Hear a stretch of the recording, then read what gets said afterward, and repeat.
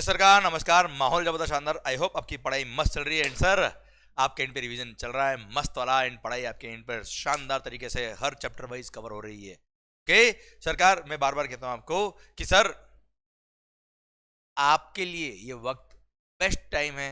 लगा दो अपना 100%। अपना टाइम आएगा नहीं, अपना टाइम आ गया है। मेहनत करने का टाइम आ गया है सर। रिजल्ट 100% बहुत अच्छे आपके रहेंगे। बस लगा दो अपनी पूरी ताकत, कर हर मैदान फतेह है। Clear, done. और बच्चों, एक और बात, जीएसटी को हल्के में नहीं लेने का। बहुत सारे लोग क्या करते हैं कि सर, जो टाइम जीएसटी को देना चाहिए उसको नहीं देते हैं, क्वेश्चंस की प्रैक्टिस नहीं करते हैं, उसकी वजह से फिर एग्जाम में जाके तकलीफ आती है। Clear, GST being a chapter, being a topic जो बड़ा स्कोरिंग हो सकता है अगर ढंग से पढ़ा तो। और हल्के में लेने से क्या होता है, वहां ऐसी माइन्यूट माइन्यूट गलती करके आते हैं हम कि सर, हमको पता भी नहीं पड़ता है कि क्या हम गलत करके आए। ओके चलिए सरकार, सर टैक्सेशन के लिए GST can be a key role, GST can play a key role to get a good mark. Okay चलिए सरकार, हम बात करते हैं अगले टॉपिक की, payment of tax and interest. सबसे पहली बात, टैक्स का पेमेंट जो होता है वो आपको पता है क्या, ऑनलाइन होगा। जीएसटी पोर्टल पे जाके करना होगा। सर यहाँ पे, सर अगर 14 का क्रेडिट, 14 की अगर आपकी लायबिलिटी है तो सर आपकी जो लायबिलिटी है वो दिखती है इलेक्ट्रॉनिक लायबिलिटी रजिस्टर में।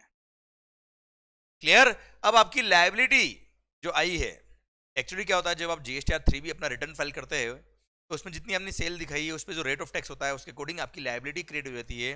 वो लायबिलिटी आपकी इलेक्ट्रॉनिक लायबिलिटी रजिस्टर में दिखेगी बेटा। अब जीएसटी 3 में आपकी लायबिलिटी दिख रही है बेटा। अब आपके पास इनपुट टैक्स क्रेडिट कितना है वो इलेक्ट्रॉनिक क्रेडिट लेजर के अंदर दिख रहा होगा।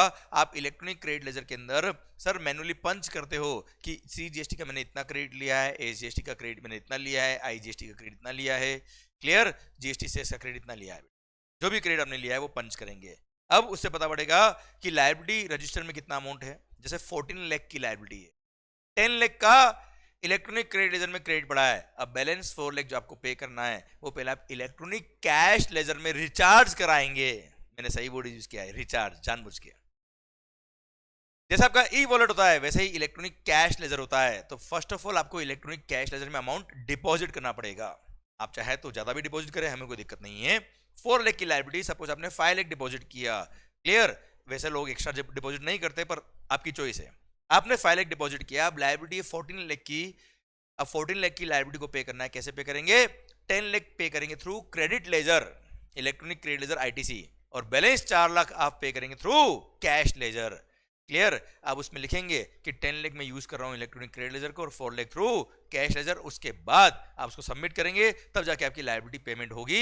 इलेक्ट्रॉनिक क्रेडिट लेजर में 10 लाख रुपए डेबिट हो जाएंगे, वहां से कम हो जाएंगे, और 4 लाख रुपए इलेक्ट्रॉनिक कैश लेजर से कम हो जाएंगे, डेबिट हो जाएंगे। वैसे बेटा आया ना भाई, क्लियर। और इलेक्ट्रॉनिक कैश लेजर में आपका 1 लाख का बैलेंस बच जाएगा जो मेरे इस एग्जांपल में है, और वो आगे कैरी फॉरवर्ड हो जाएगा जो अगले पीरियड में काम आएगा बेटा के लिए।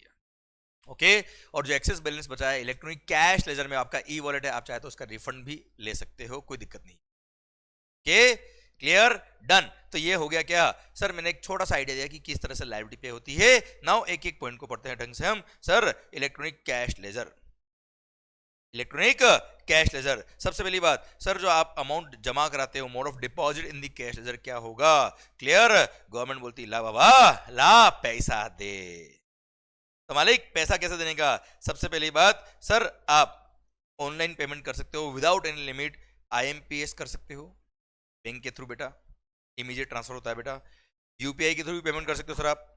क्रेडिट कार्ड, डेबिट कार्ड के थ्रू भी पेमेंट होता है साहब, एंड नेट बैंकिंग थ्रू भी पेमेंट होता ही है। के पर अगर आप चाहे ऑफलाइन पेमेंट करना है तो बैंक के थ्रू एनईएफटी और आरटीजीएस कर सकते हो विदाउट एनी लिमिट। पर आपको बैंक जाके फिजिकली कैश जमा कराना है, चेक जमा कराना है, सर बैंक जाके जो ऑथराइज्ड बैंक है जीएसटी वाले सर, जहां पे गवर्नमेंट का अकाउंट मेंटेन होता है, वहां ओवर द काउंटर जाके मैक्सिमम 10,000 रुपए पर चालान पर टैक्स पीरियड ही अमाउंट आप डिपॉजिट कर सकते हो थ्रू बैंकिंग चैनल, फिजिकली जाके over the counter. Just to demotivate physical payments, government ने इस तरह का 10,000 का लिमिट रखा है बेटा। और आजकल वैसे भी ऑनलाइन पेमेंट बहुत स्मूथ हो गए बेटा। क्लियर, सारे ही लोग, जहां तक मुझे आइडिया है सर, बहुत रेयर कोई होता होगा जो ओवर द काउंटर जाके पे करता होगा, बाकी सारे लोग online payment. Okay sir, now Manual or physical challans are not allowed under GST regime. It is mandatory to generate the challans online on the GST portal. Sir अब होता क्या है, पहले एक बार ये पढ़िए. There is a single challan prescribed for all taxes, fees, penalty, interest, other payments to be made under the GST regime. अब होता है क्या है साहब, ये रहा देखो, मैं तुम्हें आइडिया देता बेटा. सर ये इलेक्ट्रॉनिक कैश लेजर है बेटा. एक बार समझो बेटा, फिर मैं तुम्हें चालान से लिंक करके समझा दूंगा बेटा. यह है इलेक्ट्रॉनिक कैश लेजर का एक मैंने फोटो आपको दे रखा है जस्ट समझाने के लिए. ये डिस्क्रिप्शन कि क्या डिपॉजिट कर रहे हो, टैक्स है, इंटरेस्ट है, फी है, पेनल्टी अदर है. IGST वाला जमा करा रहे हो, CGST वाला, SGST या UTGST. आप अगर स्टेट में कवर होते हो तो GST होगा. आप अगर यूनियन टेरिटरी में रहते हो, आपका रजिस्टर्ड ब्रांच का यूनियन टेरिटरी में, तो UTGST होगा बेटा आपके लिए. सेस लाइबिलिटी आती है, सेस का कॉलम है आपके लिए, और टोटल. तो सर आप IGST का टैक्स कितना जमा करा रहे हो वो इधर आएगा, IGST का इंटरेस्ट कितना जमा करा रहे हो वहां यहाँ आएगा. ये इलेक्ट्रॉनिक कैश लेजर में, ये इनको बोलते हैं, ये जो दिख रहा है ना आपको, ये चारों, इनको बोलते हैं क्या, मेजर हेड. क्या बोलते हैं बेटा इनको, मेजर हेड. एंड ये जो आपको दिख रहे हैं इनको बोलते हैं क्या, माइनर हेड. ओके मालिक, अब मेरी बात समझने की कोशिश करना. मैं आपको क्या, ये बात मैंने अभी आपको क्यों बोली, इसका रिलेवेंस आपको समझ में आएगा. सर इलेक्ट्रॉनिक कैश लेजर में जब आप अमाउंट डिपॉजिट करते हो तो आपको एक चालान फिल करना पड़ता है, जो GST पोर्टल पे जाएंगे, जनरेट चालान में आएगा. वहां पे आप क्या करेंगे, ऐसा ही एक पूरा चार्ट आपको दिखेगा. अब आपको कौन सा अमाउंट कौन से हेड में डिपॉजिट करना है वो फिल करेंगे आप. सर जैसे आपको IGST का टैक्स जमा कराना, तो आप यहां पे लिखेंगे कितना जमा कराना है, वो यहां पे आएगा. क्लियर, कितना CGST टैक्स है इधर आएगा, SGST का टैक्स, और सर कितना पेनल्टी है, लेट फी है, इंटरेस्ट है, सब कुछ ये आप अमाउंट फिल करेंगे मैन्युअली टाइप करके. Clear sir. तो respective major head wise, respective minor head wise, जितना आपको कैश डिपॉजिट करना है उतना आप respective head wise, minor head wise आप अमाउंट पंच करेंगे मैन्युअली. उसके बाद वहां पे सर एक बटन आएगा जनरेट चालान, तो जनरेट चालान पे क्लिक करेंगे तो चालान जनरेट हो जाएगा. चालान जनरेट होने के बाद में आप करेंगे क्या, मेक पेमेंट. अब मेक पेमेंट के लिए जैसे जाएंगे तो ये मोड ऑफ डिपॉजिट आपको दिखाएगा. सर फिर इनमें से मोड ऑफ डिपॉजिट आप सेलेक्ट करेंगे, उसके बाद आप अपने अकाउंट से पे करेंगे, तब जाके आपके अकाउंट से पैसा कटेगा और ये चालान के थ्रू ये अमाउंट आपके respective head wise, minor head wise electronic cash ledger में डिपॉजिट हो जाएगा. आई होप बात समझ में आ गई मेरी आपको. Clear, this is how it is deposited. समझे. अब सर मान लो आपने ई चालान जनरेट तो कर दिया पर अभी पेमेंट नहीं कर पाए किसी कारण से, तो ई चालान आपका सेव रहेगा and it is valid for 15 days. ऐसा नहीं कि उस टाइम पेमेंट नहीं किया तो चालान वापस से नया बनाओ बाद में, नहीं, 15 दिन तक सेव रहेगा. जब पेमेंट आपको करना होगा तब चालान को वापस से ओपन करेंगे, डायरेक्ट पेमेंट करेंगे, वापस से चालान फिल करने की जरूरत नहीं है, वो चालान सेव रहेगा आपका. Okay, the deposit made by one of the modes and in the prescribed manner will be credited to the electronic cash ledger of the taxable person. जो मैंने बताया आपको बेटा. CIN जब आप पेमेंट करते हो तो एक आइडेंटिफिकेशन नंबर इश्यू होता है. सर उसको बोलते हैं क्या, चालान आइडेंटिफिकेशन नंबर.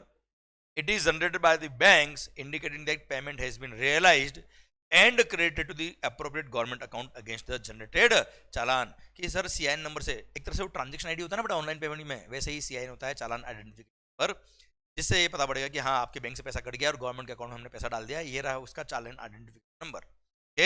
सर अब कैश लेजर देखो बेटा, इलेक्ट्रॉनिक क्रेडिट लेजर अगर होता है तो credit ledger can B use only for payment of tax liability, not of interest penalty. पर sir the amount reflected in cash ledger may be used for making any payment towards tax, interest, penalty, fee, any other amount under relevant tax period beta. Where in the ledger information is kept minor head wise for each measure head, जो मैं आपको already बता चुका बेटा. The ledger is displayed measure head wise, that is IGST, CGST, UTGST, SGST और cess.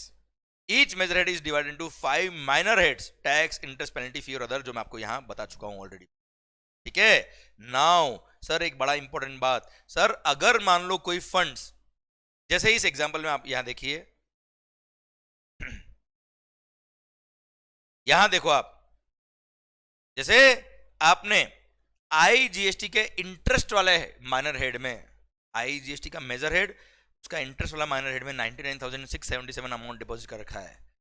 Sir अगर आपकी liability आती है तो 99,677 can be used only for IGST interest. मतलब the funds available in any major head can never be used for another major head, allow नहीं। Second thing, the funds available in any minor head of the measure head can never be used for another minor head of the same measure head also बेटा। मतलब अपने ही major head में another head में अगर आपको another minor head में अगर amount पे करना है तो ये यूज नहीं कर सकते आप। क्लियर? इसलिए चालान फिल करते वक्त आपको शांति से, ध्यान से, सर आपको रेस्पेक्टिव हेड वाइज आपको कौन सा माइनर हेड में कितना अमाउंट डिपॉजिट करना है वो आप प्रॉपर्ली फिल करेंगे, उसके बाद आप पेमेंट करेंगे तो रेस्पेक्टिव हेड वाइज आपका अमाउंट डिपॉजिट हो जाएगा। और अगर कभी मान लो किसी हेड में एक्स्ट्रा फंड पड़ा है और किसी की लायबिलिटी अलग है तो सर वो कैन नॉट बी यूज्ड। अब ऐसे केस में क्या करना होगा? Sir transfer of funds.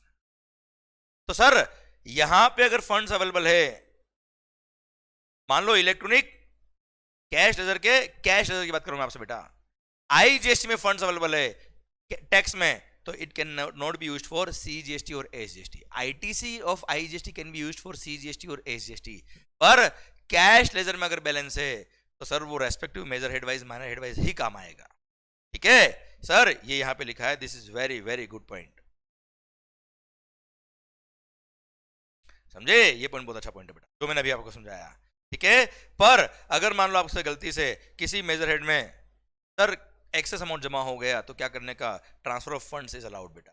तो सर क्या होगा? एक फॉर्म है बेटा जिसके थ्रू आप क्या करेंगे? सर फंड्स आप फॉर्म फिल करेंगे कि मेरे को इस मेजर हेड से, इस मेजर हेड के इस माइनर हेड से फंड इस मेजर हेड के इस माइनर हेड में ट्रांसफर करना है। जैसे यहां से आपको फंड यहां ट्रांसफर करना है या यहां से फंड यहां ट्रांसफर करना है, तो एक फॉर्म फिल करेंगे, उस फॉर्म के थ्रू फंड ट्रांसफर हो जाएगा और उसके बाद सर वो फंड जैसे ही उस रेस्पेक्टिव हेड में पहुंचा उसके बाद आप अपना जीएसटी 3B फाइल करें, क्योंकि जैसे ही फंड यहां पहुंच जाएगा उसके बाद एसजीएसटी की लायबिलिटी को पे करने के लिए एसजीएसटी का टैक्स का अमाउंट काम आ जाएगा। अदरवाइज डायरेक्ट आप इसको यूज नहीं कर सकते दूसरे हेड की लायबिलिटी के लिए। ओके एंड हाँ, एक मेजर हेड से दूसरे मेजर हेड में फंड ट्रांसफर अलाउड है, एक माइनर हेड से उसी मेजर हेड के दूसरे माइनर हेड में फंड ट्रांसफर अलाउड है, एक minor head of major head से दूसरे मेजर हेड के माइनर हेड में भी फंड ट्रांसफर अलाउड है। मतलब यहां से आप कहीं से भी किसी भी मेजर हेड के किसी भी माइनर हेड में फंड ट्रांसफर कर सकते हो, कोई रेस्ट्रिक्शन नहीं है। इनफैक्ट सर अगर मान लो आपके डिस्टिंक्ट पर्सन है, कौन है बच्चे? डिस्टिंक्ट पर्सन, सर जिसके साथ पेन नंबर सेम है बेटा, ये रहा इसका पेन नंबर सेम है, अगर आपको डिस्टिंक्ट पर्सन को भी फंड्स ट्रांसफर करने हैं तो yes that is also allowed. जहां पर आप क्या करेंगे? वो प्रिस्क्राइब फॉर्म फिल करके सर सीजीएसटी और आईजीएसटी के किसी भी माइनर हेड के फंड को आप अपने डिस्टिंक्ट पर्सन के सीजीएसटी और आईजीएसटी के फंड में कैश लेजर में फंड ट्रांसफर कर सकते हो, अलाउड है, कोई दिक्कत नहीं। बस कंडीशन क्या है? जिसका फंड आप ट्रांसफर कर रहे हो उसकी खुद की लायबिलिटी पे हो जानी चाहिए। पता पड़ा खुद की लायबिलिटी पेंडिंग और डिस्टिंक्ट पर्सन को फंड ट्रांसफर कर रहा है बेटा, आया ना? पहले खुद की लायबिलिटी पे कर, फिर दूसरे अकाउंट में दूसरे डिस्टिंक्ट पर्सन को फंड ट्रांसफर करो। क्लियर? डन। आई होप ये बात भी आपको समझ में आ गई, रिवाइज हो गई बेटा, आया ना भाई? चलिए सर ये पढ़ो, देखो further the registered person is also allowed to transfer the amount available in any minor head of the CGST और SGST to any of the minor head of the CGST और IGST of the distinct person also, that is from one GSTIN to another GSTIN of the same pen, if there is no unpaid liability in the electronic liability register of the transferor। जो transfer कर रहा है उसके पास कोई unpaid liability नहीं है तो अपने डिस्टिंक्ट पर्सन को सीजीएसटी और आईजीएसटी का फंड उसके रेस्पेक्टिव सीजीएसटी और मेजर हेड के किसी भी माइनर हेड में फंड ट्रांसफर कर सकता है। क्लियर? डन। अब सर एक बात आती है, क्या अब सपोज मान लो आपने सीजीएसटी से फंड ट्रांसफर किया, कहां पर? एसजीएसटी में, या एसजीएसटी से फंड ट्रांसफर किया कहां पर? सीजीएसटी में। तो सर इंटर गवर्नमेंट भी अकाउंट ट्रांसफर होगा बेटा, क्योंकि सर जैसे ही आप सीजीएसटी से फंड ट्रांसफर करेंगे कहां? एसजीएसटी में, तो स्टेट गवर्नमेंट बोलेगी भाई एसएससी ने पहले पैसा दिया सीजीएसटी अकाउंट में, अब एसएससी बोलता है मेरे को सीजीएसटी से अकाउंट से फंड निकाल के कहाँ डालना है? एसजीएसटी। तो सर स्टेट गवर्नमेंट बोलेगी क्या? सेंट्रल गवर्नमेंट को, भाई इतना अमाउंट मेरे इधर इस फंड में transfer. Clear? Same way SGST से आपने फंड ट्रांसफर किया कहां पर? सीजीएसटी में, तो sir central government state government को बोलेगी भाई इतना फंड हमारे बैंक अकाउंट में आप ट्रांसफर करो अपने अकाउंट से निकाल के।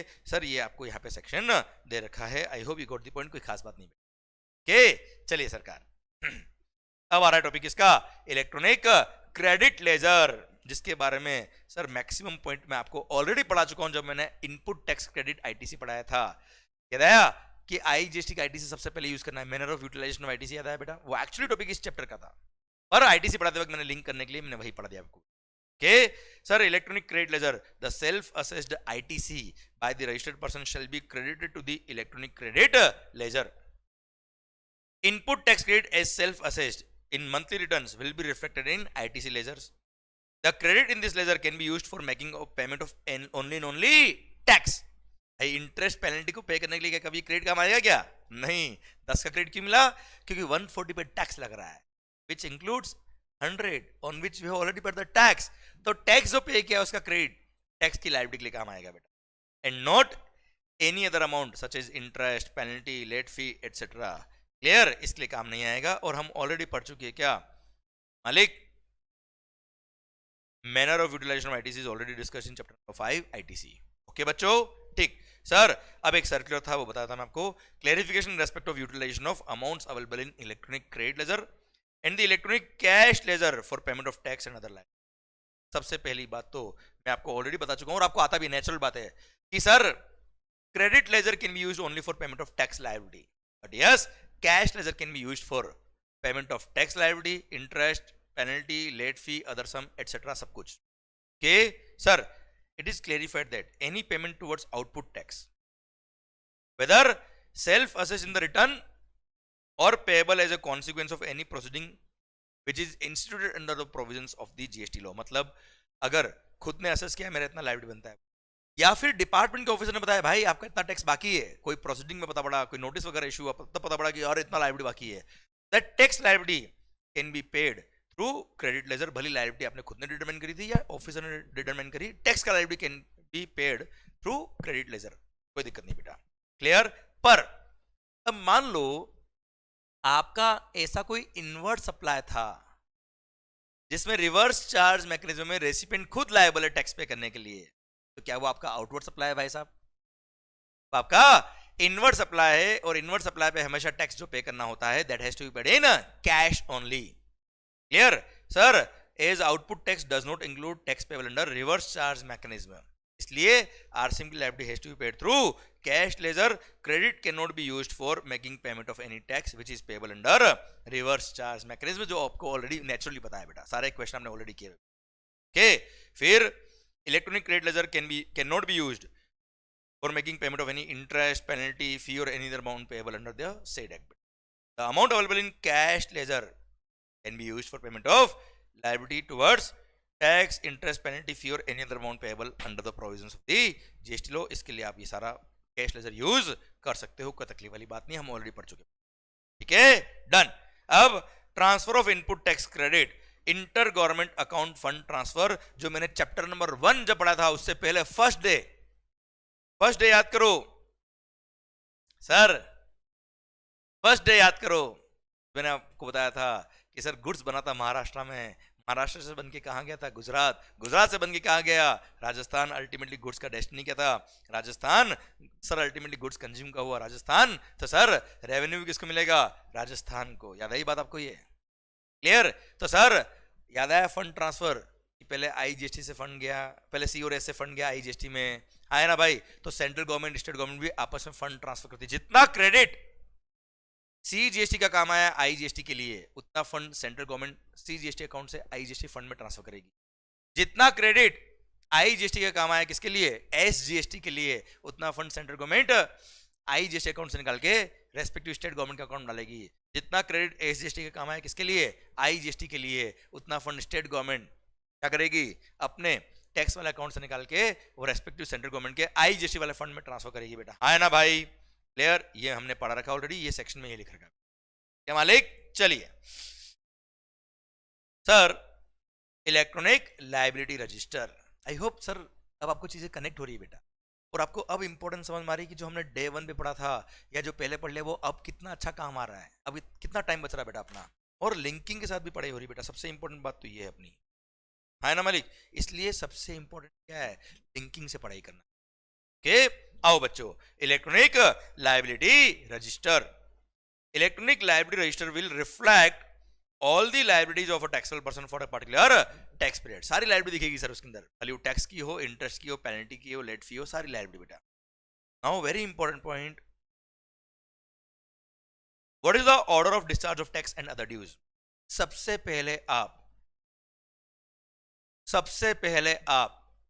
आपकी खुद की जो self assessed tax and other dues, जो प्रीवियस टैक्स पीरियड के बाकी है वो पहले पे करेंगे।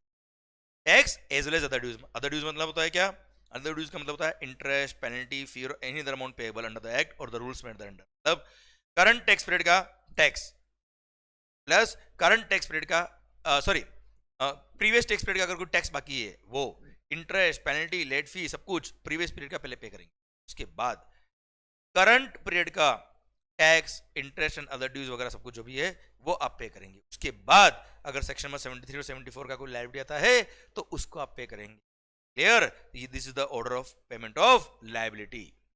ओके बच्चों, ये भी कभी कभी क्वेश्चन बन जाता है एग्जाम में, बहुत कर्जा हो रखा है जीवन। आइए बच्चों, सर ये ई लेजर्स के बारे में और क्या कह दिया देखना ध्यान से, लास्ट पॉइंट है बेटा। Electronic cash laser, it will reflect all deposits made in cash, TDS and TCS. जो सर गवर्नमेंट डिपार्टमेंट वगैरह ने टीडीएस काटा होगा और ईसीओ ने जो टीसीएस कट किया था बेटा, वो अपना रेस्पेक्टिव जीएसटीआर 7 और जीएसटीआर 8 फाइल करेंगे, हमारे इलेक्ट्रॉनिक कैश लेजर में रिफ्लेक्ट करेगा, हम उसको एक्सेप्ट करेंगे और अमाउंट हमारे कैश लेजर में डिपॉजिट हो जाएगा। TDS and TCS accepted by the taxpayer. This ledger can be used for making any payment towards tax, interest, penalty, fee, or any other amount on payment on behalf of on account of GST beta. Electronic credit ledger, it reflects the ITC as self-assessed in the monthly return. Clear? And it can be used for making payment of only and only tax, that is output tax. ना तो RCM की liability पे करने के लिए ITC काम आता है, नहीं इंटरेस्ट, पेनल्टी, अदर फी पे करने के लिए काम आता है। अब electronic liability register will reflect the total liability of a taxpayer for a particular month. ठीक है बच्चों, ये वापस रिवाइज हो गया एक समरी फॉर्म में। आइए बच्चों, very very very important point of this chapter. सरकार लग गए क्या? इंटरेस्ट। Section number 50। अगर sir delayed payment of tax होता तो क्या लगेगा? इंटरेस्ट। अब सर सबसे पहली बात, सबसे इंपॉर्टेंट बात, सर सबसे काम की बात, मालिक व्हेन इंटरेस्ट इज पेएबल, दो केस में इंटरेस्ट की बात आएगी। सर वो पढ़ने से पहले एक बात मैं आपसे शेयर करूंगा, what do you mean by interest? What do you mean by interest? आपका किसी में इंटरेस्ट है क्या मैं उसकी बात कर रहा हूं? किसी का आप में इंटरेस्ट है क्या मैं उसकी बात कर रहा हूं? नो। ब्याज, time value of money, interest is nothing but the time value of money. आपने गवर्नमेंट का पैसा लेट पे किया तो गवर्नमेंट को इंटरेस्ट दे दो, समझे मेरी बात? That is what is called interest. Time value of money is called interest. तो sir when interest is payable, first अगर assessee payment of tax late करता है, if there is delay in making payment of tax, आपको पता है GST में monthly payment of tax करना पड़ता है। Clear sir? वो भी जीएसटीआर 3B फाइल जब करते हो वही due date of filing GSTR 3B is the due date of filing the due date of making payment of tax. तो due date of filing return ही due date of payment of tax होता है। उससे बाद अगर आपने return file किया है, उसके बाद अगर आपने टैक्स पे किया है, तो सर ऐसे केस में ड्यू डेट के बाद अगर आप रिटर्न फाइल करते हो मतलब आपने पेमेंट लेट किया है। सेकेंड थिंग, आपने रिटर्न तो टाइमली फाइल कर दिया पर उस रिटर्न के अंदर कुछ ट्रांजेक्शन डिस्क्लोज करना रह गया, गलती हो गई, जो बाद में सब्सिक्वेंट पीरियड में जब आपको आइडेंटिफाई हुआ गलती हो गई तो सब्सिक्वेंट टैक्स पीरियड में आप सर रेक्टिफिकेशन ऑफ एरर्स कर सकते हो कि सर उस पीरियड में मेरे से गलती हो गई, अब मैं उसका टैक्स पे कर रहा हूं, तो तब भी अगेन टैक्स लेट पे हुआ है, इंटरेस्ट पे करना पड़ेगा। ओके, तो when interest is payable in following two circumstances. First, delay in payment of tax in full और in part within the prescribe period बेटा। सेकंड, आपने आईटीसी अवेल किया था जो गलत था, रॉन्गली अवेल्ड आईटीसी को आपने यूज कर लिया। अच्छा, रॉन्गली अवेल्ड आईटीसी, जैसे आपको कोई कार थी, कार का क्रेडिट आपको पता है नहीं मिलता है, मान लो ब्लॉक क्रेडिट में कवर है साहब, you are not eligible to avail the credit of GST paid on car. आपने ले लिया बेटा, और उस कार के क्रेडिट को यूज नहीं किया, उससे पहले आपको पता पड़ गया अरे भाई गलत क्रेडिट लिया है, और आपने उस क्रेडिट को क्या कर दिया, रिवर्स कर दिया। इट मींस आपने उस क्रेडिट को यूज नहीं किया, तो गवर्नमेंट का कोई फंड ब्लॉक भी नहीं हुआ। गवर्नमेंट का जब फंड ही ब्लॉक नहीं हुआ तो इंटरेस्ट की बात भी नहीं आएगी। तो सर इंटरेस्ट की बात कब आएगी? Sir in case of utilisation of the wrongly availed input tax credit. If ITC is wrongly availed but not utilized, then interest will not be paid. दो केस में इंटरेस्ट की बात आएगी, आए ना भाई? सर एक तो आपने टैक्स लेट पे किया है, सेकंड रॉन्गली अवेल्ड ITC को यूज कर लिया। ITC wrongly availed but not utilized, no interest liability. ITC wrongly availed as well as utilized, तो जितना यूटिलाइज किया है, जिस दिन यूटिलाइज किया है उस दिन से आपको इंटरेस्ट पे करना पड़ेगा, जब तक कि वो गलत ITC आपने वापस गवर्नमेंट को पे नहीं कर दिया, रिवर्स नहीं कर दिया, तब तक का इंटरेस्ट बेटा। Okay, now what is the rate of interest? In both the cases the rate of interest is 18% only. Simple interest number of days के हिसाब से 18% per annum is the rate of interest. Okay, now what is the period for which interest is to be calculated? Clear? Sir, in case of belated payment of tax, due date को आपको पे करना था, due date पे नहीं किया, तो sir अगले दिन से, जैसे 20 तारीख से ड्यू डेट, तो 21 तारीख से जब आप पे करेंगे तब तक का इंटरेस्ट आपको कैलकुलेट करना पड़ेगा नंबर ऑफ डेज के हिसाब से। Okay, now in case of utilisation of wrongly availed ITC, sir अब दिल थाम के देखना, ये मैं आपको समझाता हूं सर, बहुत ही सुंदरता से समझ में आएगा, पूरा ध्यान मेरी तरफ रखना, 1 मिनट में क्लियर हो जाएगा पॉइंट। सर एक काम करता हूं, चलो मैं पहले आपको बिलेटेड पेमेंट ऑफ टैक्स की पूरी कहानी बता देता बेटा। अगर आपने टैक्स लेट पे किया है, 2 मिनट के लिए इसको पेंडिंग रखना बेटा, 2 मिनट बाद बताऊंगा क्या मैं बता रहा हूं बेटा। अगर आपने टैक्स पेमेंट लेट किया तो ऐसे केस में इंटरेस्ट पे करना पड़ेगा। क्लियर? अब इंटरेस्ट पे करना पड़ेगा 18% पर annum पे करना पड़ेगा। कितने अमाउंट पे करना पड़ेगा? जितना अमाउंट आपने लेट पे किया उस पे बेटा। किस रेट से? 18% पर annum से। कितने नंबर ऑफ डेज के हिसाब से? ड्यू डेट के बाद जो नेक्स्ट डे है वहां से लेके जब आपने पे किया तब तक का इंटरेस्ट पे करना पड़ेगा। Now on which amount interest is payable? Sir suppose जनवरी महीने की लायबिलिटी थी कितने की? 14 लाख की।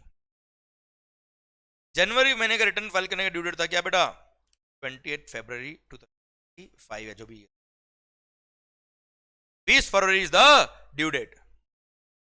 आपने सर ये रिटर्न लेट फाइल किया और आपने रिटर्न कब फाइल किया बेटा? 25 मार्च को फाइल।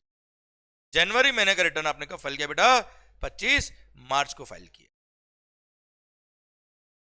क्लियर? अब सर जनवरी महीने का लायबिलिटी था 14 लाख का, आपके पास ITC था कितने का बेटा? 10 लाख का। ठीक है, नाउ पॉइंट कम्स कि सर आपको कितने पे इंटरेस्ट पे करने का है? पूरे 14 लाख पे पे करना है या net tax payable in cash जो 4 लाख रुपए था उसी पे पे करना है बेटा? तो सर ध्यान देना, if you delay in making payment of tax, clear, तो उस केस में इंटरेस्ट किस अमाउंट लगेगा? This is very very important point. Clear? Amount on which interest is payable पर बहुत इजी पॉइंट है बेटा। सर अब ऐसे केस में आप खुद देखिए, सरकार अगर आप ड्यू डेट को रिटर्न फाइल कर देते तो क्या होता? सर 10 लाख का तो क्रेडिट वैसे भी था आपके पास, तो अल्टीमेटली आप गवर्नमेंट को टैक्स पे कितना करते? 4 लाख ही करते ना बेटा। तो रिटर्न लेट फाइल करने की वजह से गवर्नमेंट का पैसा ब्लॉक कितना हुआ? 4 लाख रुपए ब्लॉक हुआ। 4 लाख रुपए गवर्नमेंट को नहीं मिला, 4 लाख रुपए गवर्नमेंट को लेट पे हुआ है। इसलिए इन this case interest will be payable only on the net tax payable in cash which is 4 lakh रुपए। तो सर केवल 4 लाख रुपए पे इंटरेस्ट लगेगा कब से? 21 फरवरी से लेकर 21 फरवरी से लेकर सर 25 मार्च तक का इंटरेस्ट पे करना पड़ेगा एट द रेट ऑफ 18% पर annum is per number of days. Clear? कितने पे? Net tax payable in cash 4 lakh पर। सेकंड केस, अभी जो अमेंडमेंट आया, बड़ा सुंदर अमेंडमेंट है। अच्छा 4 लाख पे इंटरेस्ट क्यों लगा बेटा? यहां मत पढ़ना, मेरी तरफ सुनो, 1 मिनट में ऐसा फिट करूंगा, मजा आ जाएगा जीवन में। सर आपको क्वेश्चन भी दे रखे मैंने आपको, क्वेश्चन से भी आपको और अच्छे से क्लैरिटी मिल जाएगा। क्वेश्चन जब करेंगे तब आप मालिक पहले सुन लो, मजा आ जाएगा गारंटी। सरकार इंटरेस्ट कितने में लगा इस केस में? 4 लाख पे। क्यों लगा? क्योंकि आपने गवर्नमेंट का फंड यूज किया, गवर्नमेंट का फंड ब्लॉक किया, 4 लाख रुपया नहीं पे किया आपने गवर्नमेंट को टाइम से, इसलिए गवर्नमेंट ने आपसे इंटरेस्ट ले लिया। कितने पे लिया? 4 लाख पे लिया, पूरे 14 लाख पे नहीं लिया। Net tax payable in cash क्यों लिया? क्योंकि आपने 4 लाख सरकार को पे नहीं किया। मैं कह रहा हूं मैंने 20 फरवरी को या उससे पहले ही ये 4 लाख रुपए भी गवर्नमेंट को पे कर दिए थे और कैश लेजर में अवेलेबल थे। मतलब मेरा लायबिलिटी था 14 लाख का बेटा। क्लियर? ये मुझे कब तक पे करना था? 20 फरवरी, उससे पहले पहले पे करना था। मेरे पास एज ऑन 20 फरवरी आईटीसी अकाउंट में बैलेंस था 10 लाख का, और इलेक्ट्रॉनिक कैश लेजर में भी बैलेंस था कितने का? 4 लाख का। अब इसका मतलब क्या है कि मेरे पास 10 लाख का क्रेडिट ऑलरेडी था और 4 लाख रुपए कैश लेजर में था, मतलब मैं ऑलरेडी गवर्नमेंट को 4 लाख पे कर चुका था बेटा, तभी तो कैश लेजर बैलेंस था। मेरे कैश लेजर में रिचार्ज हुआ, मतलब मैंने 4 लाख रुपए गवर्नमेंट को पे कर दिया, तो बस रिटर्न फाइल नहीं किया मेरे मालिक। आप मुझे बताओ, सरकार को तो मैं ऑलरेडी उनके जो 4 लाख थे पे कर चुका था ना यार, वो तो केवल रिटर्न फाइल करने में लेट हो गया।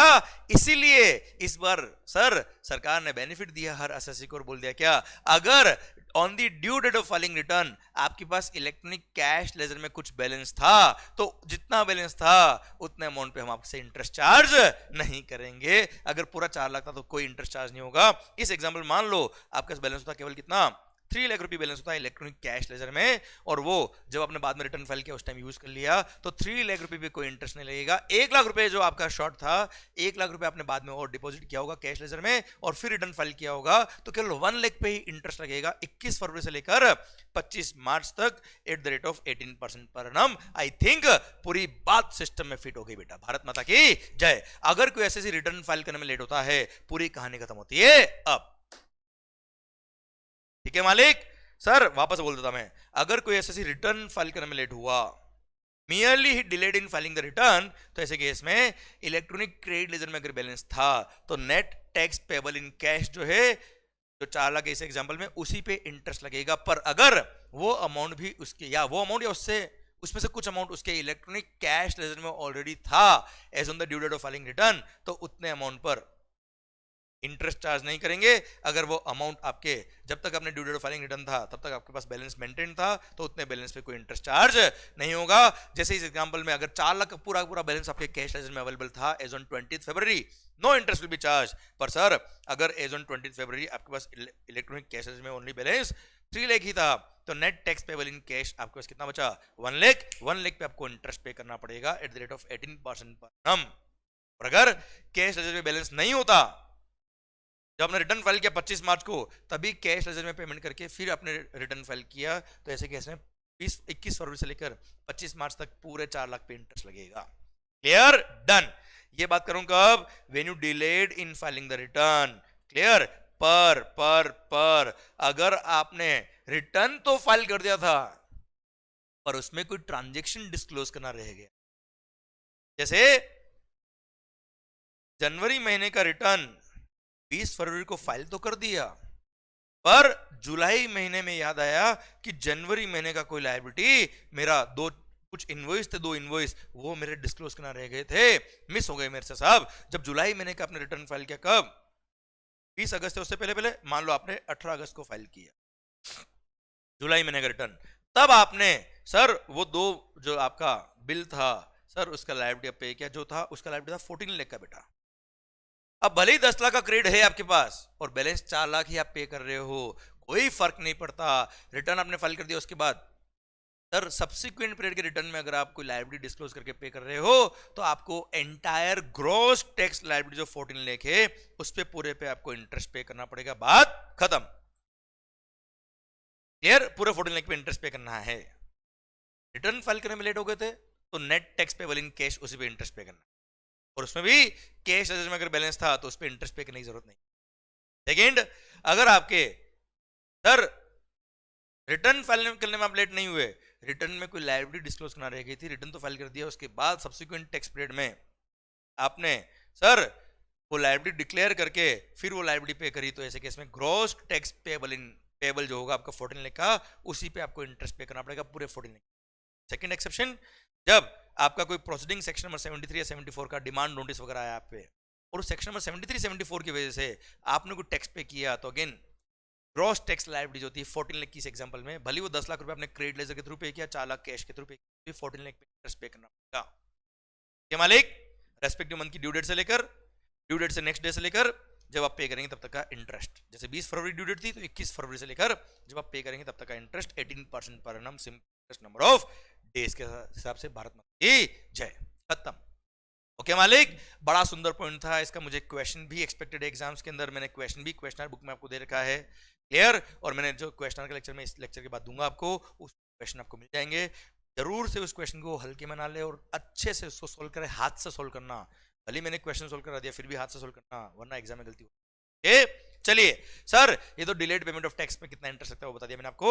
सर किस अमाउंट लगता है वो बता दिया मैंने आपको। Now in case of wrongly availed ITC, उस पे रॉन्गली अवेल्ड आईटीसी को अगर आपने यूज कर लिया, रिपीट, रॉन्गली अवेल्ड आईटीसी को अगर आपने यूज कर लिया, तो जितना अमाउंट आपने यूज किया उस पे क्या लगेगा, इंटरेस्ट। नाउ उसमें कैसे कैलकुलेशन होती, आप सिंपल सा समझना पॉइंट। सर मैं यहां समझाता हूं बेटा। मान लो आपने 10 जनवरी को 10 लाख का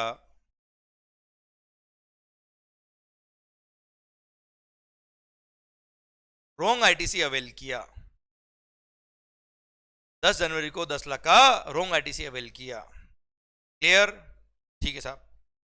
अब जनवरी महीने का जब रिटर्न फाइल कर रहे थे आप, उस टाइम ही आपको एहसास हो गया कि मैंने 10 लाख का क्रेडिट रॉन्गली यूज कर लिया, या जनवरी महीने का आपका लायबिलिटी था ही नहीं, फरवरी महीने में आपको रियलाइज हो गया 10 लाख का क्रेडिट गलत था, आपने उस wrongly ITC, wrong availed ITC को पहले ही क्या कर लिया, रिवर्स कर लिया, यूज नहीं किया, there is no point of any interest at all, ठीक है। या फिर सेकंड केस, मान लो 10 जनवरी को आपने 10 लाख का क्रेडिट रॉन्गली अवेल किया, आपके पास बहुत सारी दूसरी परचेजेस भी थी, उन सब का भी आपका जनवरी महीने का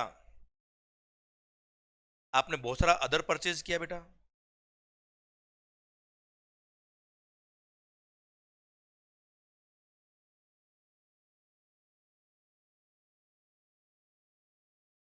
अदर परचेज पे आपने आईटीसी लिया 20 लाख का, तो टोटल आईटीसी एज ऑन 31 जनवरी आपके पास हो गया कितना, 30 लाख का बेटा। अब समझने की कोशिश करना, मेरी बात अगर आपको समझ में आ गई तो माहौल बन जाएगा सर। सरकार, अब आपके पास 31 जनवरी को आईटीसी अकाउंट का बैलेंस कितना बेटा, 30 लाख रुपए है। अब सर आपका जनवरी महीने का लायबिलिटी सपोज आया कितने का बेटा 18 लाख, चलो 12 लाख रुपए का। अब 12 लाख की लायबिलिटी है, अब आपके पास 30 लाख का क्रेडिट है, आपने क्या किया होगा, पूरा 12 लाख का आईटीसी यूज किया होगा बेटा, और बैलेंस पेबल कितना होगा, नील, है ना भाई, क्लियर। और आपके पास आईटीसी अकाउंट में बैलेंस बच गया होगा कितने का, 18 लाख का बेटा, है ना मालिक। अब 18 लाख का आपके पास आईटीसी अकाउंट में बैलेंस है, 10 लाख का आपने रॉन्गली अवेल्ड आईटीसी था आपके पास बेटा। तो क्वेश्चन आता है क्या, अगर आपने ये 10 लाख का रॉन्ग आईटीसी नहीं लिया होता तो भी आपके पास 20 लाख का क्रेडिट था बेटा, जो सही था। अब आपकी लायबिलिटी कितनी थी, 12 लाख की थी बेटा। अब आप मुझे बताओ, ये 12 लाख की लायबिलिटी के लिए 20 लाख का क्रेडिट आपके पास ऑलरेडी था, तो भी 8 लाख का बैलेंस बचता था ना मेरे पास। इट मींस अगर आपने wrongly availed ITC use avail नहीं भी किया होता तो भी गवर्नमेंट का कोई पैसा ब्लॉक नहीं हुआ बेटा, क्लियर। सर अगर लायबिलिटी होती कितनी की, मैं तो कह रहा हूं 40 लाख की लायबिलिटी होती, और आपने 30 लाख का, चलो 40 की जगह 15 लाख 45 लाख कर दो, 45 लाख की लायबिलिटी होती और 30 लाख का आपके पास आईटीसी था, ये पूरा 30 लाख का आपने यूज कर लिया होता और बैलेंस 15 लाख आपने पे किया होता। यहां इस केस में आप देखिए, ये 10 लाख का अगर आप रॉन्गली अवेल्ड आईटीसी नहीं लेते तो ऐसे केस में 20 लाख का क्रेडिट था, 20 लाख का क्रेडिट होता तो यहां गवर्नमेंट को आप 25 लाख रुपए पे करते। इट मींस इस केस में आपका 10 लाख का पैसा जो था आपने गवर्नमेंट का ब्लॉक कर दिया, है ना भाई। इसलिए जब आपको ऐसे केस में एहसास होगा कि मैंने रॉन्गली अवेल्ड आईटीसी को यूज कर लिया, नाउ जब आप 10 लाख रुपए पे करेंगे अलोंग विथ इंटरेस्ट पे करेंगे, पर अगर आपके इलेक्ट्रॉनिक क्रेडिट लेजर का बैलेंस 10 लाख रुपए से कम नहीं गया था, I repeat, electronic credit laser का बैलेंस जैसे अभी 18 लाख रुपए है, सर कभी 10 लाख से कम गया ही नहीं। जैसे जनवरी महीने का लायबिलिटी पे करने के बाद बैलेंस है कितना, 18 लाख रुपए। सेम वे फरवरी महीने में भी कुछ आईटीसी आया होगा, कुछ लायबिलिटी पे किया होगा, मार्च में भी कुछ आईटीसी आया होगा, कुछ लायबिलिटी पे किया होगा। अल्टीमेटली जुलाई महीने में पता पड़ा कि 10 लाख का क्रेडिट मैंने जनवरी में गलत लिया था, पर जुलाई महीने तक आपके आईटीसी अकाउंट का बैलेंस कभी 10 लाख से कम गया ही नहीं, इट मींस व्हाट, वो रॉन्गली अवेल्ड आईटीसी की वजह से हमने गवर्नमेंट का फंड्स कभी ब्लॉक किया ही नहीं। इसका मतलब अगर हमने वो रॉन्गली 10 लाख का क्रेडिट नहीं भी लिया होता तो भी कभी भी हमारा एक्स्ट्रा लायबिलिटी पे करने का बात नहीं आता। सर हमारे लिए सर हमने गवर्नमेंट का कोई फंड ब्लॉक नहीं किया है, हमने वो रॉन्गली अवेल्ड आईटीसी एक तरह से यूज किया ही नहीं है, इसलिए कोई इंटरेस्ट पे करने की जरूरत नहीं है। वो 10 लाख का क्रेडिट आप सिंपली क्या कर देंगे, रिवर्स कर देंगे। आई रिपीट, जुलाई महीने में, मेरे इस एग्जांपल में जस्ट मैं ले रहा हूं, जुलाई मंथ में आपको एहसास हुआ कि मेरी वो रॉन्गली आईटीसी जो लिया था 10 लाख का वो रॉन्गली अवेल्ड था, तो ऐसे केस में सर अगर जुलाई महीने तक आपके आईटीसी अकाउंट का बैलेंस 10 लाख या उससे ज्यादा ही रहा, उससे कम कभी गया ही नहीं, तो ऐसे केस माना जाएगा कि वो 10 लाख आपने कभी यूज किया ही नहीं है, no interest is payable in this case. Second case, अगर जुलाई महीने में आपको एहसास हुआ कि 10 लाख का मैंने क्रेडिट रॉन्गली अवेल किया था, अब सर जनवरी महीने का लायबिलिटी 20 फरवरी को आपने पे किया, तो 20 फरवरी या उसके बाद कभी भी अगर आपके आईटीसी अकाउंट का बैलेंस वो 10 लाख से कम गया, इट मींस वो रॉन्गली अवेल्ड आईटीसी को आपने यूज किया। सर इट मींस आपने वो रॉन्गली अवेल्ड आईटीसी को यूज करके लायबिलिटी गवर्नमेंट की कम पे करी बेटा, हाँ है ना। तो जिस महीने में आपने वो रॉन्गली अवेल्ड आईटीसी को यूज किया, या मैं कह दूं जिस महीने में आपके आईटीसी अकाउंट का बैलेंस 10 लाख से कम गया, कम हुआ, उस महीने मान लेंगे कि आपने वो आईटीसी रॉन्गली जो था उतना आपने यूज कर लिया जितना बैलेंस कम हुआ। जैसे किसी महीने में फरवरी महीने की लायबिलिटी पे करते वक्त आपके पास आईटीसी अकाउंट का बैलेंस हो गया कितना, 8 लाख रुपए हो गया। जनवरी का लायबिलिटी पे किया तब आईटीसी अकाउंट बैलेंस कितना कितना था, 18 लाख, मतलब जनवरी में आपने रॉन्गली अवेल्ड आईटीसी यूज नहीं किया। फरवरी महीने में आपका लायबिलिटी आया और आपने कुछ आईटीसी और लिया होगा, कुछ लायबिलिटी आया, लायबिलिटी पे करते वक्त आपने आईटीसी यूज किया और फिर आईटीसी अकाउंट का बैलेंस कितना हो गया, 8 लाख रुपए हो गया बेटा। अब फरवरी महीने का आपने लायबिलिटी पे किया होगा कब, 20 मार्च या उससे पहले, जब भी रिटर्न फाइल किया होगा बेटा आपने। अब सर पॉइंट आता है क्या, सर इसका मतलब उस 10 लाख में से 2 लाख का रॉन्ग आईटीसी आप यूज कर चुके हो, क्योंकि आईटीसी अकाउंट का बैलेंस अब 8 लाख रुपए ही रह गया, 8 लाख ही रह गया। It means you have utilised ₹2 lakh out of those wrongly availed ITC, now you have to pay the interest on ₹2 lakh. कब आपने पे किया, 2 लाख रुपए गवर्नमेंट को बाद में। अच्छा जुलाई महीने तक आपका आईटीसी अकाउंट का बैलेंस 8 लाख रुपए ही रहा बेटा, it means out of 10 lakh 8 lakh तो आपने कभी यूज किया ही नहीं, 2 लाख आपने यूज किया कब, फरवरी महीने। अब फरवरी महीने से आपको इंटरेस्ट पे करना पड़ेगा ऑन ₹2 लाख, 18% पर annum, किस अमाउंट पर, 2 लाख पर। कब से, तो due date of filing return फरवरी महीने का क्या था बेटा, 20 मार्च, या फिर actual filing of return for the month of February whichever is earlier. जैसे आपने रिटर्न फाइल किया था कब बेटा, 18 मार्च को, इट मींस आपने रॉन्गली अवेल्ड आईटीसी का भी यूज कर लिया 18 मार्च को, तो 19 मार्च से इंटरेस्ट चालू हो जाएगा, जब जुलाई में आप पे करेंगे तब तक का इंटरेस्ट ऑन ₹2 लाख। या फिर आपने रिटर्न फाइल क्या मानो कब, 25 मार्च को, तो हम तो ये मानेंगे कि रिटर्न फाइल करने की ड्यू डेट क्या थी बेटा, 20 मार्च, तो 20 मार्च को आपने क्रेडिट यूज कर लिया था 2 लाख रुपए, 21 मार्च से, कि 25 मार्च और 20 मार्च विच एवर इज अर्लियर, 20 मार्च, तो 21 मार्च से लेके जब आप सर जुलाई महीने में वो 2 लाख रुपए गवर्नमेंट को पे करेंगे तब तक का इंटरेस्ट 18% पर annum बेटा, आया ना भाई। तो आई रिपीट, जिस महीने में आपका आईटीसी अकाउंट का बैलेंस वो 10 लाख से कम गया, तो जितना कम गया उतने अमाउंट कम मान लेंगे यूज किया उस महीने में आपने, तो उस महीने से क्या लगेगा, इंटरेस्ट। तो कब से लगेगा, उस महीने की रिटर्न फाइल करने की ड्यू डेट या actual filing of return for that particular month which ever is earlier, वहां से लेके जब आप फाइनली सर टैक्स पे करेंगे गवर्नमेंट को, तब तक का interest at the rate of 18% पर annum on that amount which fail short out of ₹10 lakh बेटा, हाँ है ना भाई, डन। ये पूरा इंटरेस्ट का कहानी खत्म होता है। अब sir in case of wrong utilisation of ITC, है ना भाई, ये और ये कहानी पूरी खत्म होती है। अब शायद मेरी बात आप तक पहुंच गई बहुत सुंदरता से। तो अगर आपने रॉन्गली अवेल्ड आईटीसी को यूज नहीं किया, नो इंटरेस्ट।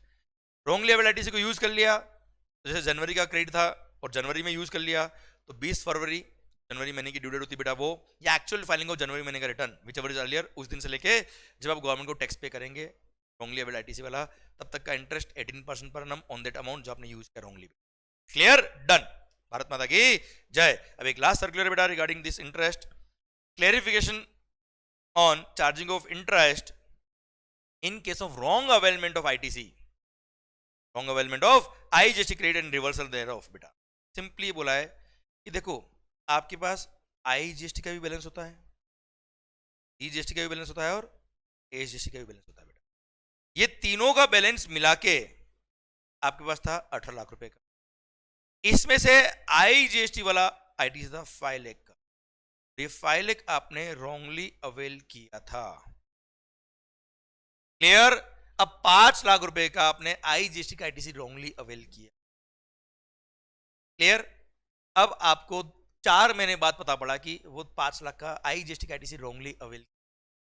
अब 5 लाख पे इंटरेस्ट लगेगा कि नहीं लगेगा, ये देखने के लिए आपको ये देखना है कि क्या आपका आईटीसी अकाउंट का बैलेंस 5 लाख रुपए से कम हुआ कभी भी। अगर 5 लाख रुपए से कम अगर आपका आईटीसी अकाउंट का बैलेंस 5 लाख रुपए से कम हो गया, इट मींस आपने वो रॉन्गली अवेल्ड आईटीसी यूज कर लिया बेटा। तो वो 5 लाख रुपए का अमाउंट देखते वक्त आपको सीजीएसटी, एसजीएसटी और आईजीएसटी तीनों को ऐड करके फिर देखने का बेटा। मतलब आपका हो सकता है आईजीएसटी अकाउंट का बैलेंस कम हो गया हो 5 लाख से बेटा, पर आईजीएसटी, सीजीएसटी प्लस एसजीएसटी तीनों मिला के आपका कभी भी आईटीसी अकाउंट का बैलेंस 5 लाख रुपए से कम कभी नहीं हुआ। तो ऐसे केस में no interest will be payable. कारण क्या है, ये तीनों को टोटलिटी में क्यों देखा जाता है बेटा? क्योंकि आईजीएसटी का आईटीसी आपने रॉन्गली अवेल किया वो ठीक है बेटा, पर सर लायबिलिटी पे करते वक्त सबसे पहले आईजीएसटी का आईटीसी को यूज करते बेटा, है ना? तो आईजीएसटी का आईटीसी को आपने यूज कर लिया, बाय डिफॉल्ट आपको आईजीएसटी पहले यूज करना था, इसलिए आपने यूज किया ना यार। क्लियर? तो सर ऐसे केस में क्या होगा, आपके पास ऑल दो सीजीएसटी और एसजीएसटी का जो करेक्ट आईटीसी था वो पड़ा था, वो आप यूज नहीं कर पाए क्योंकि मैकेनिज्म ऐसा था कि हमको आईजीएसटी आईटीसी पहले यूज करना है। इसलिए हम कभी भी ये नहीं कहेंगे कि आपने रॉन्गली अवेल्ड वाला आईटीसी यूज किया। इसलिए आईजीएसटी का आईटीसी रॉन्गली जो अवेल किया था वो यूज हुआ कि नहीं हुआ। सिंपल टर्म्स में अगर बोलूं तो आपको केवल ये चेक करना है कि आईजीएसटी का आईटीसी अगर रॉन्गली अवेल हुआ है तो वो यूज हुआ कि नहीं हुआ। उसको देखने के लिए आईजीएसटी, एसजीएसटी, यूटीजीएसटी और सीजीएसटी इन सब के आईटीसी अकाउंट को ऐड करो, उसके बाद देखना कि अगर वो बैलेंस 5 लाख रुपए से कम जाता है तो ऐसे केस में जितना अमाउंट कम गया तीनों को मिला के उतना अमाउंट आपने आईजीएसटी का रॉन्गली अवेल्ड आईटीसी में से यूज किया, ये देखने का बेटा। क्लियर मेरी बात? सेकंड थिंग देखो ये लिखा है, total ITC availed in electronic credit ledger under the heads IGST, CGST and SGST taken together has to be considered. Second, अगर कभी आपने जीएसटी कंपनसेशन सेस का रॉन्ग आईटीसी अवेल किया, क्योंकि देखो सेस का क्रेडिट मिलता है पर सेस की लायबिलिटी को पे करने में ही काम आता है बेटा। जैसे मैं तंबाकू बेचता हूं, तंबाकू बेचने के लिए मैंने तंबाकू खरीदा, सिगरेट बेचने के लिए मैंने तंबाकू खरीदा, तो सिगरेट की सेल पर मेरे को जीएसटी सेस की लायबिलिटी भी आती है। जीएसटी सेस की लायबिलिटी को पे करने के लिए मैंने परचेज से टोबैको पे सेस पे किया होगा, सेस के लिए सेस का क्रेडिट मिलता है। सेस का क्रेडिट सीजीएसटी, एसजीएसटी, आईजीएसटी में काम नहीं आता। क्लियर? इसलिए कभी अगर रॉन्गली अवेल्ड सेस का क्रेडिट था, अब वो आपने यूज किया कि नहीं किया, तो उसके लिए केवल सेस का ही बैलेंस देखिएगा, उसके लिए CGST plus SGST plus IGST मत देखिए। क्लियर? सर क्या लिखा है? No, because ITC in respect of compensation cess on account of supply of goods or service can be utilized only towards payment of compensation cess leviable on supply of such goods or services। क्योंकि cess का credit कभी भी IGST, CGST और SGST में काम नहीं आता, और आई का क्रेडिट तो सी और एस दोनों में काम आता है ना यार बेटा। इसलिए आई का क्रेडिट रॉन्गली अवेल किया, उसको यूज किया कि नहीं किया, उसके लिए आई, सी और एस तीनों का आईटीसी क्लब करके फिर देखने का कि आईटीसी अकाउंट का बैलेंस कम हो रहा है कि नहीं हो रहा है। पर कंपनसेशन सेस का बैलेंस अगर आपने रॉन्गली अवेल किया है और उसको यूज करा कि नहीं करा, ये देखने के लिए आपको जीएसटी कंपनसेशन सेस का आईटीसी अकाउंट का बैलेंस देखना रहेगा। वो अगर कम चला गया तो ऐसे केस में ये मान लेंगे सेस का क्रेडिट आपने यूज कर लिया है जो रॉन्गली अवेल। ठीक है, डन। तो उसमें सीजीएसटी, एसजीएसटी, आईजीएसटी क्लब करने की जरूरत नहीं, केवल सेस के लिए सेस ही देखने का बेटा। Okay, done. सरकार ये रॉन्गली अवेल्ड आईटीसी के लिए भी सारी कहानी इंक्लूडिंग सर्कुलर भी ये खत्म होता है। अब आई होप ये फास्ट ट्रैक बैच के अंदर चीजें आपको अच्छे से रिवाइज हो रही है। ये सब चीजें अच्छे से रिवाइज कब होगी? जब आपने अच्छे से पढ़ा हुआ है। ठीक है, do revise at your and very well. कर हर मैदान फतेह, हर मैदान फतेह होगा अगर आपने हर मैदान में मेहनत करी है। सर आई होप ये payment of tax and interest भी खत्म हुआ। नाउ हाउ इज द जोश? Hi sir, clear? इसी के साथ भारत माता की जय। ये चैप्टर खत्म होता है। अब अगर आपको इसका क्लिक करना है तो you can click this point और बाद में अपनी लैंग्वेज में आप नोट कर लेना अपने बुक के अंदर बेटा। पर मैंने इसके क्वेश्चन आपको क्वेश्चन बुक में आपको और इजीली और अच्छे से डन। इसी के साथ ये लेक्चर यही खत्म होता है। अब कर हर मैदान फतेह। क्लियर? फतेह होगी आपकी, हमेशा होगी। बस मेंटेन योर कॉन्फिडेंस, अच्छे से पढ़ाई करें, खुश होकर पढ़ाई करें, पूरी ताकत लगा। क्लियर? क्योंकि आपके बेस पर सर आपके फ्रेंड्स के, आपके दोस्तों के, आपके पेरेंट्स के, आपके सब वालों के सपने टिके हुए हैं। सो लगा दो अपना एकदम, वक्त आ गया पूरी मेहनत का। और अगर मजा आ गया हो लेक्चर के अंदर तो do share with your friends and sir comment में माहौल जबरदस्त शानदार जरूर लिख देना। हर लेक्चर जो आप पढ़ रहे हो उससे अगर आपको हेल्प मिली हो तो do like, do subscribe and put a comment कि मजा आ गया। Thank you so much, love you lot. और अगर हमारी मेहनत आपको सर रंग ला रही हो तो दुआओं में जरूर। Thank you so much, take care, bye bye.